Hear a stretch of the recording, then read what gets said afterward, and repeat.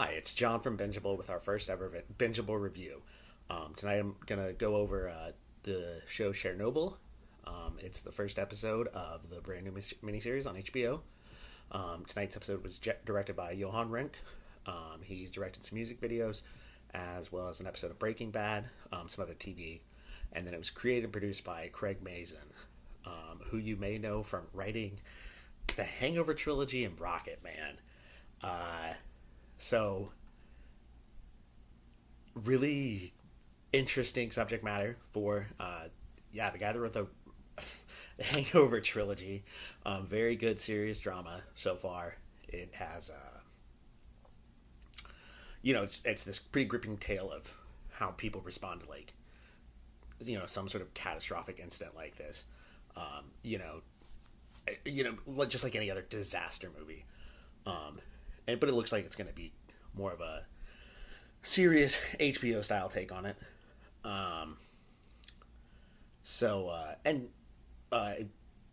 Craig Mazin and Johan Renck both had spoke a little bit after the show,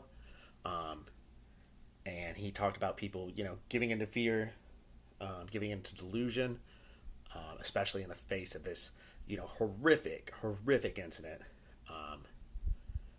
and also knowing it probably is a little bit your fault. So that the characters on screen really played that well. It had good music. All the production quality of it was really good. Very, it. I'm not sure where it was shot at, but the set quality, the scenery is really good. Had good, really has really good visual effects. You see characters, succumbing to radiation poison on screen, and doing so in a very realistic way, but that it's shot very well, and it's very it's has kind of a dark and driving feel to it, that really comes out, and it kind of reminds me of like the Netflix show, the German show Dark, and a lot of kind of like these European set, more like thrillers. But anyway, it was actually the other really good, interesting thing about Craig Mazin is that he also was Ted Cruz's roommate his freshman year of college and doesn't like him. Apparently, makes fun of him on Twitter a lot.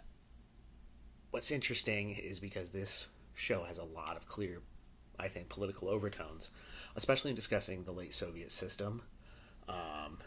I think there's going to be some wild takes on the internet from far right and far left political activists about this show, trying to prove some sort of points. But it did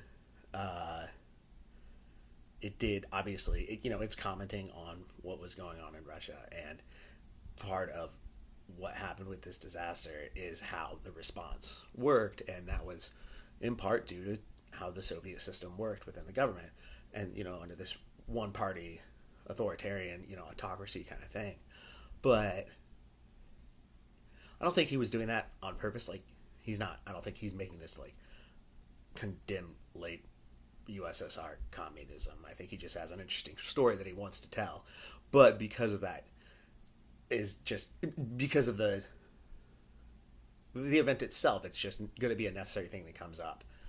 But it's also a pretty good study of just people covering their ass in the face of a crisis, and even if it's a small crisis at work, whatever, people get afraid, and they are, they want to pass the buck. It's very common, and they were just in a system that also made that a lot easier, where they could, because they don't want to be the person that's getting fucked for this, and they know that if there was a real explosion, like in this nuclear reactor, like the consequences were going to be dire. Like,